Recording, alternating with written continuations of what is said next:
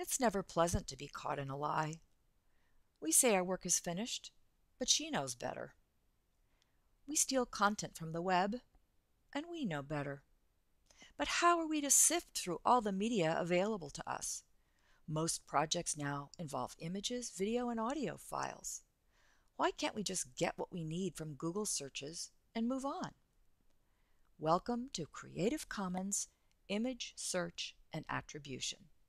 This lesson is for the digital offender in all of us. First, we'll review the meaning of copyright.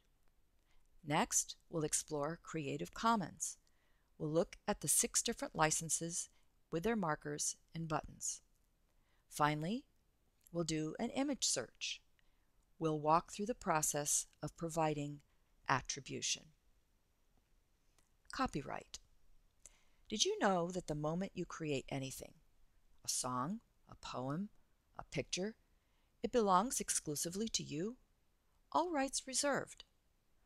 Unlike the patent process inventors go through to protect their inventions, there is no formal process required of you. You are entitled to mark your work if you choose, just as you see it here. Copyright infringement occurs when someone takes your work without getting your permission first. As more people start posting their creations on the web, the more likely it is that those creations will be used without consent and sometimes for commercial purposes.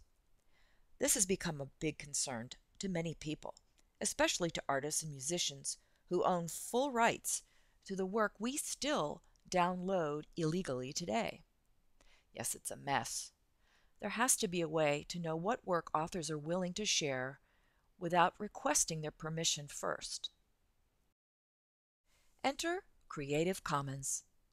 Creative Commons is a nonprofit organization that encourages people all over the world to share their creativity and knowledge by providing free legal tools.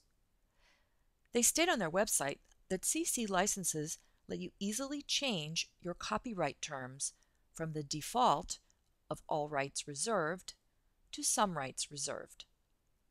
This graphic illustrates the hierarchy of existing license permissions, beginning with free cultural works, marked in green at the bottom, all the way up to the most restrictive, which we now know means all rights reserved. There are 6 CC licenses people use today. We'd like you to learn to recognize the logos and the associated permissions before you choose any content from the web. We have a better chance of avoiding copyright infringement if we look for content that have these markers. So let's look for some photos. Let's say you're doing a report for science and you need to find some spectacular images to support your material. This guy looks great, but on closer inspection, we see that the photographer not only wants attribution, but if you follow his link, he's selling this image, among others, on iStock Photo. This is something we don't need right now, so it's better to try search.creativecommons.org. You're more likely to find content here with CC licensing, which makes it so much easier when attributing on your resource page. This guy looks pretty good. And we have the author's name. We can see other images in the photo stream. And when we check the licensing, which is definitely the first place you're going to look on a page, you're going to see, with luck, we've come to CC Creative Commons Attribution Share Alike licensing. Perfect. Now that we've found it, it's a good idea to copy the little symbol that appears on the website. If you paste this into the table that you're creating as you go along, where it says license, it'll be much easier to cite on the resource page at the end of your presentation. So there you have it. We've learned the difference between all rights reserved and some rights reserved. We've seen the logos and been introduced to the 6 different licenses on Creative Commons. We've learned about search.creativecommons.org as a place to go to find our images like this one. Now, was that so bad?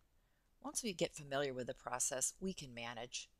And think, you can get a good night's sleep and not face this in the morning.